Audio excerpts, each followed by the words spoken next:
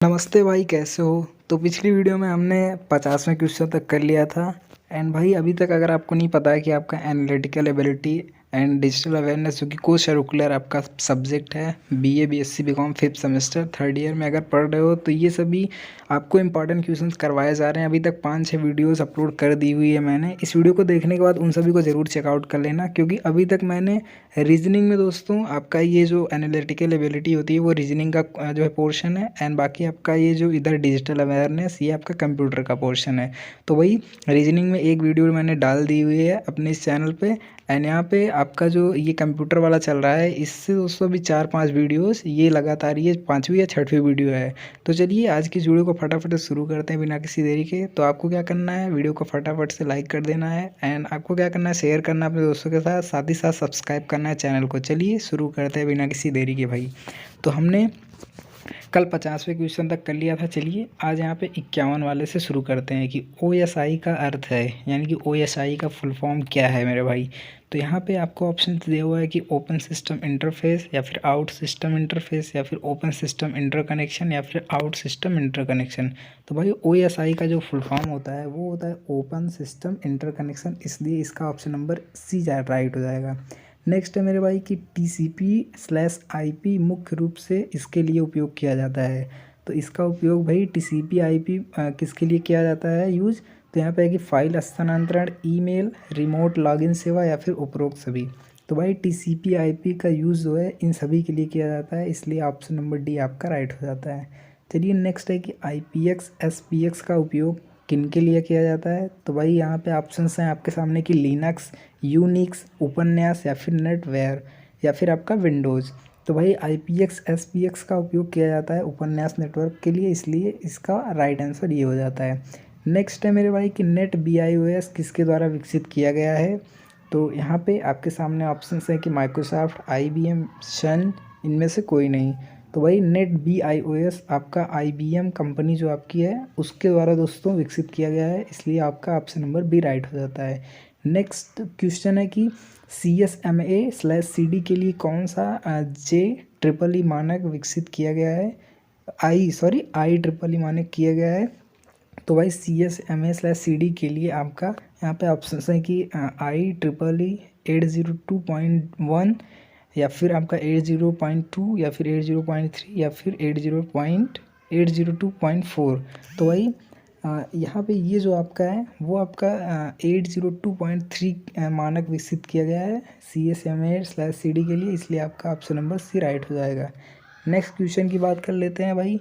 तो यहाँ पे है कि डेटा लिंक शेयर का कौन सा भाग है, डेटा लिंक शेयर का कौन सा भाग है। तो भाई यहाँ पे आपका है कि LLC, या फिर मैक, या फिर AOMB दोनों, या फिर इनमें से कोई नहीं। तो भाई मेरे ख्याल से यहाँ पे ऑप्शन नंबर आपका सी राइट हो जाता है। तो आपका यहाँ पे यही है कि आप LLC से भी डेटा लिंक शेयर कर सकते हैं, and data link layer, okay, and MAC से भी। तो यहाँ पे नेक्स्ट क्वेश्चन है कि IBM द्वारा कौन सा नेटवर्क आर्किटेक्चर विकसित किया गया है। तो आपके सामने ऑप्शन है कि सिस्टम नेटवर्क आर्किटेक्चर, या फिर डिजिटल नेटवर्क आर्किटेक्चर, या फिर बरो नेटवर्क आर्किटेक्चर, या फिर यहाँ पे बरो या ब्यूरो ऐसे कुछ होना चाहिए था इसको, और या फिर आपकी वितरक नेटवर्क आर्किटेक्चर। तो भाई IBM द्वारा आपका सिस्टम नेटवर्क आर्किटेक्चर जो विकसित किया गया था, इसलिए ऑप्शन नंबर ए राइट हो जाएगा। नेक्स्ट है मेरे भाई कि कौन सा हार्डवेयर और सॉफ्टवेयर, यहाँ पे डैश है आपके सामने आगे, हार्डवेयर और सॉफ्टवेयर संयोजन है जो विभिन्न मूल प्रोटोकॉल चलाने वाले उपकरणों को जोड़ता है। तो इनमें से कौन सा है जो हार्डवेयर और सॉफ्टवेयर का संयोजन है। तो ऑप्शंस हैं आपके सामने कि प्रोटोकॉल, या फिर मॉडल, या फिर गेटवे, या फिर बंदरगाह। तो भाई गेटवे एक ऐसा जो है चीज़ है, वो हार्डवेयर और सॉफ्टवेयर संयोजन है जो आपका विभिन्न मूल प्रोटोकॉल चलाने वाले उपकरणों को बांध के रखता है। तो चलिए इसी तरीके से हम नेक्स्ट क्वेश्चन की ओर बढ़ते हैं। आप वीडियो को लाइक ज़रूर करते रहिएगा, एंड चलिए नेक्स्ट पे करते हैं मेरे भाई। तो नेक्स्ट है कि एक वेब ब्राउज़र जिसे 2002 के बाद बंद कर दिया गया, तो वो कौन सा था। ये सभी काफ़ी इंपॉर्टेंट क्वेश्चन है, तो आपको इन सभी को ज़रूर जो है याद करके जाना चाहिए अपने जो है पेपर में। तो यहाँ पे कौन सा जो 2002 के बाद वेब ब्राउज़र बंद कर दिया गया। तो यहाँ पे ऑप्शन है कि नेटस्केप नेविगेटर, या फिर क्रोम, या मैसेंजर, या फिर पेजर। तो आपका अभी क्रोम पेजर और मैसेंजर चल रहे हैं। यहाँ पे नेट स्किप नेविगेटर जो था उसे जो है 2002 के बाद बंद कर दिया था। चलिए नेक्स्ट क्वेश्चन की बात कर लेते हैं कि माइक्रोसॉफ्ट के internet explorer web browser software के बढ़ते उपयोग के कारण निम्न में से किसे बंद कर दिया गया। तो सेम यहाँ पे हो जाता है, आपका ऑप्शन है कि गूगल क्रोम पेजर नेट स्केप नेविगेटर। तो आपका ऑप्शन नंबर डी राइट हो जाता है, इसी को बंद कर दिया गया था। चलिए नेक्स्ट की बात कर लेते हैं कि माइक्रोसॉफ्ट इंटरनेट एक्सप्लोरर क्या है। तो आपके सामने ऑप्शन हैं कि एक इंटरनेट वेब ब्राउज़र या सर्च इंजन या मोजिला फायरबॉक्स या फिर इनमें से कोई नहीं। तो यहाँ पे मोजिला फायरबॉक्स होगा नहीं। सूरज, हाँ,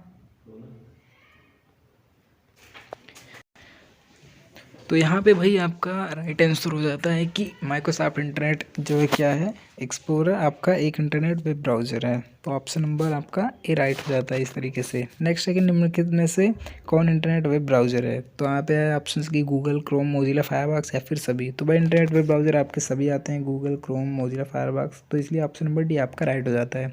चलिए नेक्स्ट है कि निम्नलिखित में से कौन सा इंटरनेट सर्च इंजन है। तो यहाँ पे है कि विंग, डकड कगो, याहू। इसका नाम मैं भी पहली बार सुन रहा हूँ भाई। विंग को जानता था, याहू को भी, एंड आपका यहाँ पे क्रोम, गूगल जो भी है। तो यहाँ पे ये जो है ये सभी आपके आते हैं, इसलिए ऑप्शन नंबर डी राइट हो जाता है। चलिए नेक्स्ट की बात कर लें। तो यहाँ पे नेक्स्ट है कि निम्नलिखित में से कौन सर्च इंजन है। तो अब सर्च इंजन आप यहाँ पे देखिएगा तो है वैपू, मांडेक्स search, Google search, Gigablast, Wolfram Alpha, Ecosia, Startpage, Yahoo search, मॉडेक्स, डार्कपील, ओल क्वांट, सेरक्स या फिर स्विस काऊ या उपरोक्त सभी। तो भाई सर्च इंजन में सभी आते हैं, तो इन सभी के जो है नाम आपको ज़रूर से ज़रूर याद होने चाहिए। चलिए नेक्स्ट की बात कर लेते हैं कि निम्न में से कौन महत्वपूर्ण सर्च इंजनों में शामिल है। तो यहाँ पे आप देख सकते हैं कि है कि लिकास, अल्टाविस्टा, हल्वी, Naver Mojeek, MetaGer, Google Scholar, उपरोक्त सभी। तो उपरोक्त सभी इसका राइट आंसर हो जाएगा। देखो मैं एक ट्रिक बता रहा हूँ, अगर ऐसे आपको पूछा जाता है नहीं पता है तो आप ऑलमोस्ट उसमें उपरोक्त सभी वाला ये ऑप्शन आप क्लिक करना है, वही सही होता है लगभग लगभग। चलिए नेक्स्ट की बात कर लें। तो नेक्स्ट है कि आपका निम्न में कौन वेबसाइट का प्रकार है। तो यहाँ पे है कि स्टैटिक वेबसाइट या फिर डायनेमिक वेबसाइट या फिर ये दोनों या फिर इनमें से कोई नहीं। तो भाई वेबसाइट के प्रकार में आपका स्टैटिक भी आता है और डायनेमिक भी आता है, इसलिए ऑप्शन नंबर आपका सी जो है राइट हो जाएगा, ऑप्शन नंबर सी। नेक्स्ट है कि निम्न में से कौन वेबसाइट का घटक है। तो यहाँ पे है कि web host, address, home page design, content या फिर उपरोक्त सभी। तो भाई यहाँ पे उपरोक्त सभी आते हैं, इसलिए ऑप्शन नंबर डी आपका राइट हो जाता है। चलिए नेक्स्ट की बात कर लें। तो यहाँ पर नेक्स्ट है कि घरेलू कंप्यूटर को इंटरनेट से जोड़ने के लिए किस उपकरण की आवश्यकता होती है। तो ऑप्शन है कि मॉडेम, गेटवे, मॉनिटर या फिर पेरीफेरल। तो भाई घरेलू कंप्यूटर को इंटरनेट से जोड़ने के लिए मॉडेम की आवश्यकता होती है, इसलिए ऑप्शन नंबर ए आपका राइट हो जाता है। चलिए नेक्स्ट की बात कर लेते हैं। तो यहाँ पे नेक्स्ट दे रखा हुआ है कि आपका भविष्य में मेमोरी का उपयोग करने की प्रक्रिया कहलाती है, यानी कि इन फ्यूचर आपको मेमोरी का उपयोग करना है, करते भी हैं, तो वो प्रक्रिया क्या कहलाती है। तो है कि राउटिंग, रिजॉल्विंग, कैचिंग या फिर इनमें से कोई नहीं। तो भाई इसको कैचिंग बोला जाता है, इसलिए ऑप्शन नंबर सी आपका राइट हो जाता है। नेक्स्ट है कि इंटरनेट के सर्वर को निम्नलिखित में से किस नाम से जाना जाता है।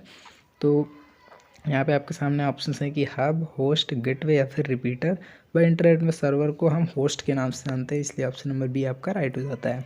नेक्स्ट है कि उपभोक्ता इंटरनेट के माध्यम से किसका उपयोग करते हुए अन्य कंप्यूटर से फाइल प्राप्त कर सकता है या फिर करता है।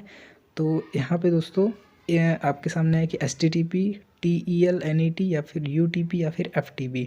तो भाई यहाँ पे आपका FTP होता है, जिसके माध्यम से हम अन्य कंप्यूटर से फाइल प्राप्त कर सकते हैं। चलिए अब हम नेक्स्ट क्वेश्चन की बात कर लेते हैं। तो भाई आपके सामने यहाँ पे नेक्स्ट क्वेश्चन है कि इंटरनेट द्वारा किस संचार प्रोटोकॉल का उपयोग किया जाता है। तो भाई आपके सामने ऑप्शन है कि HTTP, WWW, TCP/IP या फिर FTP। तो भाई इंटरनेट द्वारा FTP प्रोटोकॉल का उपयोग किया जाता है। नेक्स्ट है कि पहला नेटवर्क जिसने इंटरनेट का बीजारोपण किया था। तो यहाँ पे है कि ARPANET, NSF नेट, VNet या फिर A एवं B दोनों। तो भाई यहाँ पे पहला जो नेटवर्क था वो ARPANET था, जिसने इंटरनेट का बीजारोपण किया था। तो ये काफ़ी ज़्यादा इंपॉर्टेंट क्वेश्चन है, इसको ज़रूर से ज़रूर आप पढ़ लीजिएगा, याद कर लीजिएगा, एक तरीके से रट लीजिएगा। नेक्स्ट है कि आपका WWW के लिए किस प्रोटोकॉल का उपयोग किया जाता है, तो यहाँ पे है कि FTP, HTTP या फिर W3 या फिर उपरोक्त सभी। भाई www के लिए HTTP का जो है यूज किया जाता है, आपने सर्वर नेम में देखा होगा जहाँ पे URL पेस्ट किया जाता है। चलिए नेक्स्ट की बात कर लें, तो है कि आपका सामान्य रूप से TCP का किस प्रोटोकॉल में उपयोग किया जाता है। तो यहाँ पे आपका है कि एप्लीकेशन लायर, ट्रांसपोर्ट लायर या फिर नेटवर्क लायर या फिर डाटा लिंक लायर। तो भाई सामान्य रूप से आपका TCP का ट्रांसपोर्ट लायर में यूज़ किया जाता है, इसलिए ऑप्शन नंबर बी आपका राइट हो जाता है। चलिए नेक्स्ट की बात कर लेते हैं मेरे भाई। तो नेक्स्ट है कि सामान्य रूप से वेबसाइट पर दिखने वाला पहला पेज होता है। तो यहाँ पे है कि home page, master page, first page या फिर इनमें से कोई नहीं। भाई जो हमारा पहला पेज आता है उसे होम पेज के नाम से आता है, इसलिए ऑप्शन नंबर ए आपका राइट हो जाता है। नेक्स्ट है कि वॉइस मेल, ईमेल, ऑनलाइन सेवा, इंटरनेट और www सभी उदाहरण है किसके, तो है कि कंप्यूटर से रेडियो के, कनेक्टिविटी के या फिर टेलीकम्युनिकेशन के या फिर इनमें से कोई नहीं। भाई आपका कुछ भी हो, वॉइस मेल हो, ईमेल हो, ऑनलाइन सेवा या फिर इंटरनेट या फिर www, ये सभी कनेक्टिविटी के माध्यम है। इस तरीके से हम सभी से इंटरेक्ट हो सकते हैं, सभी से कम्युनिकेट हो सकते हैं, इसलिए ये कनेक्टिविटी का एक जो है उदाहरण है सभी ये सब। नेक्स्ट आपका है कि साइबर सुरक्षा हमें निम्न में से किसकी सुरक्षा प्रदान करता है, तो है कि सॉफ्टवेयर, डेटा और सूचना, नेटवर्क और इंटरनेट या फिर उपरोक्त सभी। तो भाई साइबर सुरक्षा हमें सभी से दोस्तों सुरक्षा प्रदान करता है, इसलिए ऑप्शन नंबर डी आपका राइट हो जाता है। चलिए नेक्स्ट क्वेश्चन की बात कर लें मेरे भाई। तो नेक्स्ट क्वेश्चन दिया हुआ है कि निम्न में से कौन साइबर खतरों का एक प्रकार है, तो है कि मेलवेयर, फिशिंग या फिर पासवर्ड हमले या फिर उपरोक्त सभी।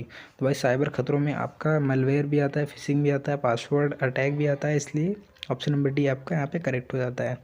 चलिए भाई नेक्स्ट एंड लास्ट क्वेश्चन की बात कर लेते हैं। तो नेक्स्ट एंड लास्ट क्वेश्चन है कि किस विधि द्वारा आपके कंप्यूटर में वायरस नहीं आ सकता है।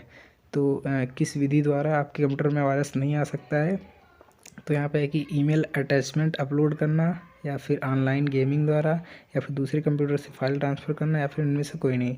तो भाई ईमेल अटैचमेंट अपलोड करना, यानी कि ईमेल के थ्रू कोई भी फाइल वगैरह ट्रांसफ़र करेंगे तो आपके जो है कंप्यूटर में जो है वायरस नहीं आएगा। ये आपका एक क्वेश्चन इंपॉर्टेंट तो है ही, लेकिन आप इसको रियल लाइफ में अगर यूज करते हो तो दिन आपके जो है कंप्यूटर में कोई वायरस वगैरह या फिर मेलवेयर कुछ आने वाला नहीं होने वाला है इसमें, यानी कि ये सबसे ज़्यादा सिक्योर्ड आपका प्रोसेस होता है। तो चलिए आज की इस वीडियो को यहीं पे एंड करते हैं। आप उन सभी वीडियोस को ज़रूर देख लीजिएगा जो कि अपलोड किए हुए हैं मैंने पहले। चलिए अपने दोस्तों को ज़रूर शेयर करिएगा। एंड आपका एग्ज़ाम कब है ये वाला आप कमेंट सेक्शन में ज़रूर बताइएगा। बाकी कैसी वीडियो लगती है आप हमें बताइएगा। एंड इसका PDF चाहिए तो कमेंट करिएगा, मैं किसी ना किसी तरीके से आपको PDF देने की कोशिश करूँगा। चलिए तब तक के लिए बाय बाय, मिलते हैं किसी नेक्स्ट